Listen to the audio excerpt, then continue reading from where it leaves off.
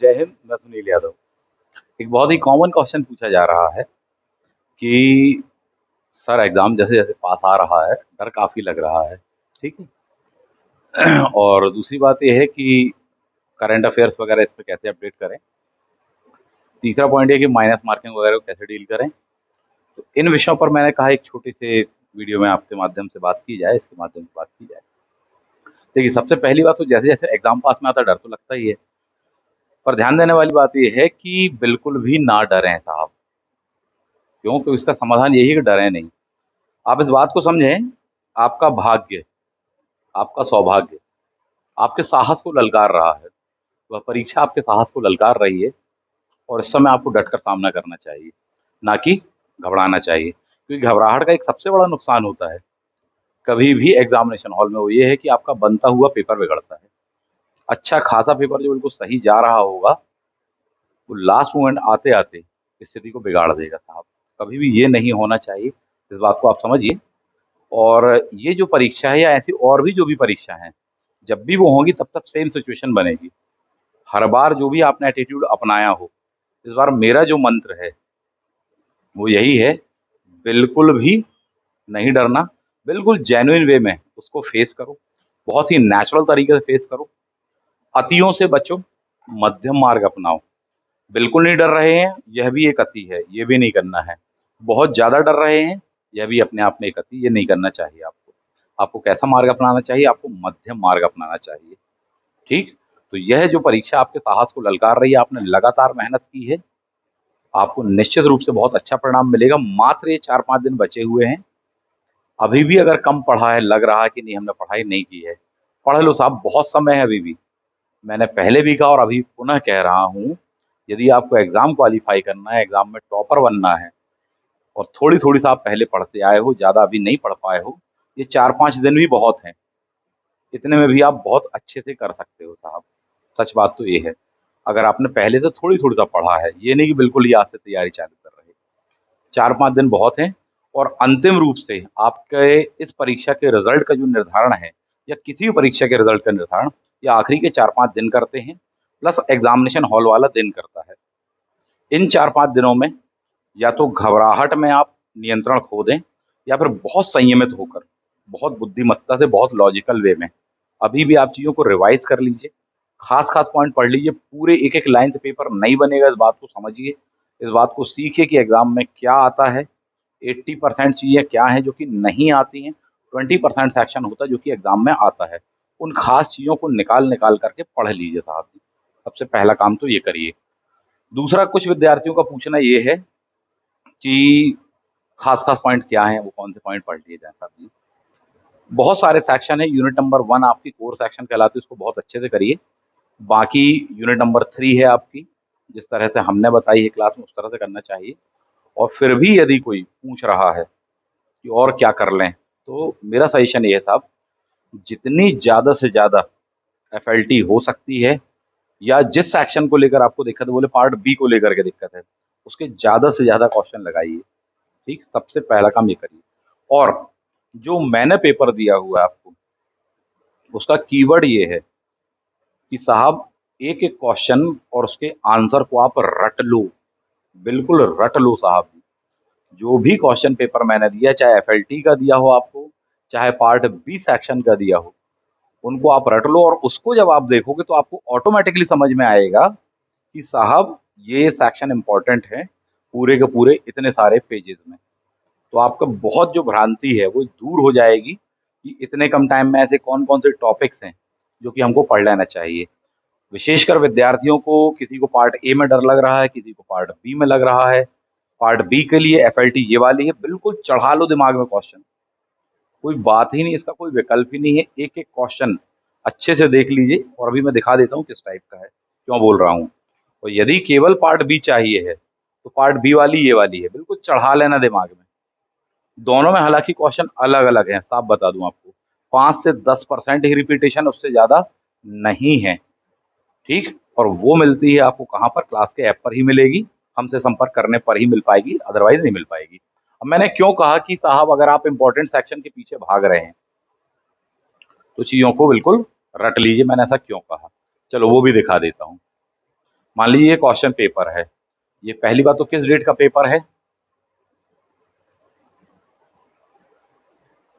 Test paper. आज कितनी तारीख है?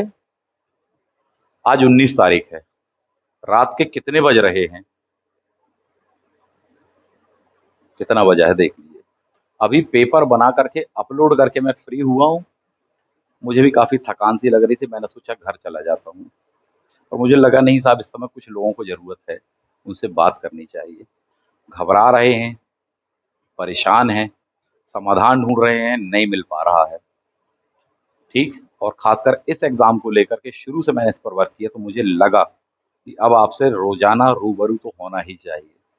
क्यों? क्योंकि कोई आपके लिए कुछ कर दे अथवा ना कर दे, वो एक अलग बात होती है। लेकिन कम से कम कोई इस लाइन के साथ में आपके साथ खड़ा हो कहे कि हाँ, मैं आपके साथ हूँ, उतने में ही बहुत हिम्मत बढ़ जाती है ना? तो मैं भी आपके साथ में लग कर के दिन-रात मेहनत कर रहा हूँ और आपको यही सजेशन है कि बिल्कुल ना डरें, आप भी खूब मेहनत करें। 2 ही काम, ज़्यादा से ज़्यादा रिवीज़न, ज़्यादा से ज़्यादा क्वेश्चन पेपर लगाइए, बस। डरने वाला सारा काम छोड़ दीजिए, वहीं देखा जाएगा एग्ज़ामिनेशन हॉल में। और उधर भी नहीं डरना, रत्ती भर भी बहुत समझदारी से काम करना साहब। उसके बाद में देखा जाएगा, जो होगा सो होगा। कर्म करो, फल की इच्छा बिल्कुल मत करो।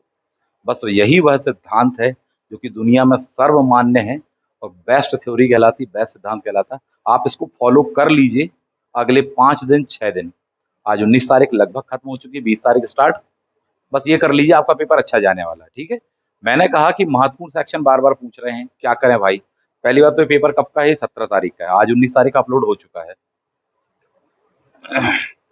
ये सब चीज़ें बता चुका हूँ, मुद्दे पर आते हैं। माइनस मार्किंग है, ध्यान रखना, हमने माइनस मार्किंग रखी हुई है।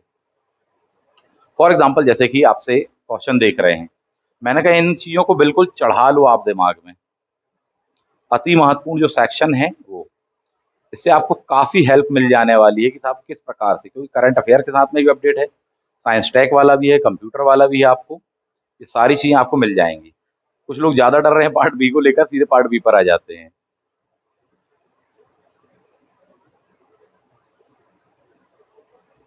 पार्ट बी, जो भी क्वेश्चन आपको दिए गए हैं,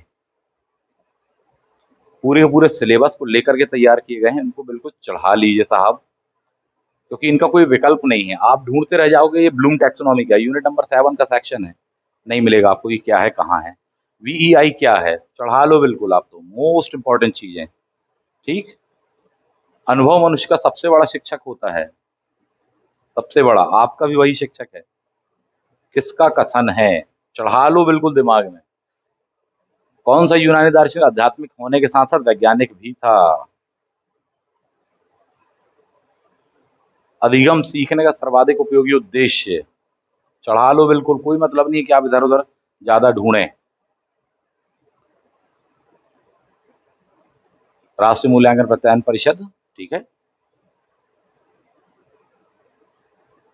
बिल्कुल सीधा-सीधा क्वेश्चन जानबूझ के ऐसा सेट किया गया है कि आपको बहुत कुछ नॉलेज दे जाएगा। क्वेश्चन जब लगाओगे तब लगेगा ज़रूर कि हाँ, ये कठिन है, पर जब आप उसके आंसर के साथ में देखोगे तो आपका पूरा-पूरा टॉपिक क्लियर हो जाएगा उसमें, कि अच्छा ये था।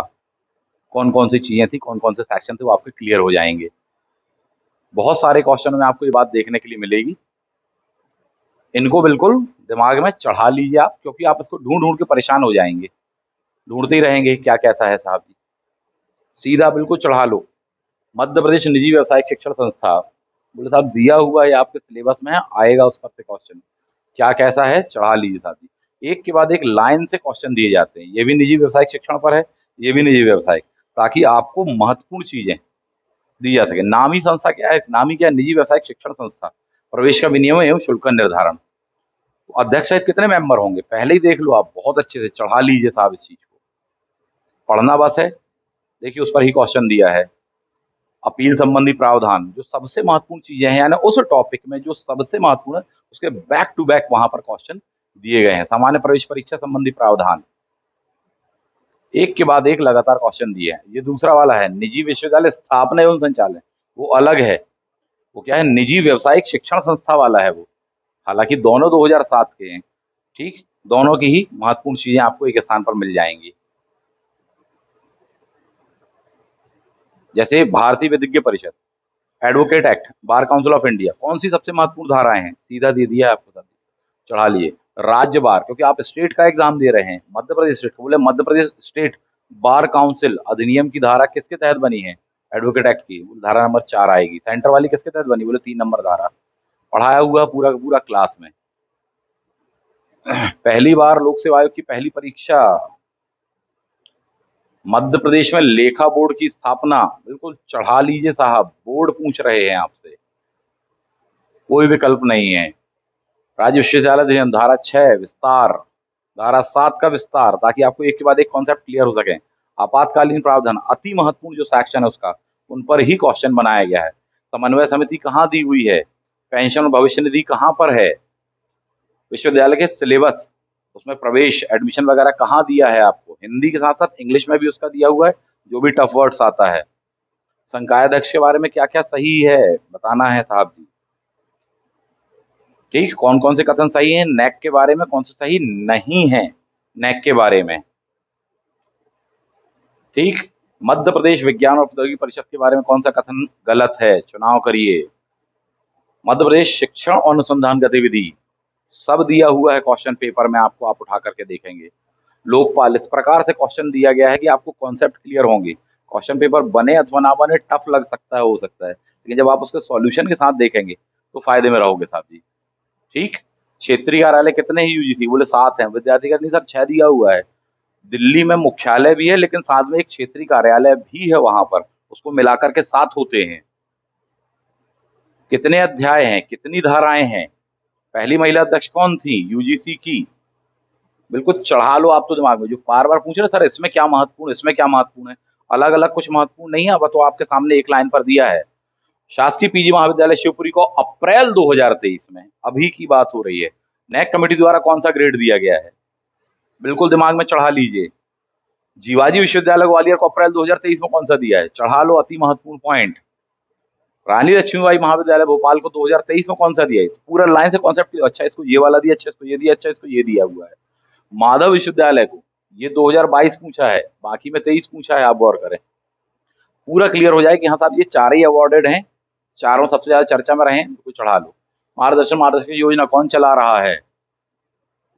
विश्वविद्यालय अनुदान आयोग की स्थापना किसकी सिफारिश पर? इजी क्वेश्चन है। पीटीआर क्या फुल फॉर्म? बिल्कुल चढ़ा लीजिए, मोस्ट इंपॉर्टेंट है, आना है क्वेश्चन, आने की संभावना है। सतत विकास लक्ष्य 2030 में कितने लक्ष्य दिए? बोले सर 17 दिए हैं। ठीक, लक्ष्य नंबर कौन सा? शिक्षा, कहां पर दिया है? बिल्कुल चढ़ा लो।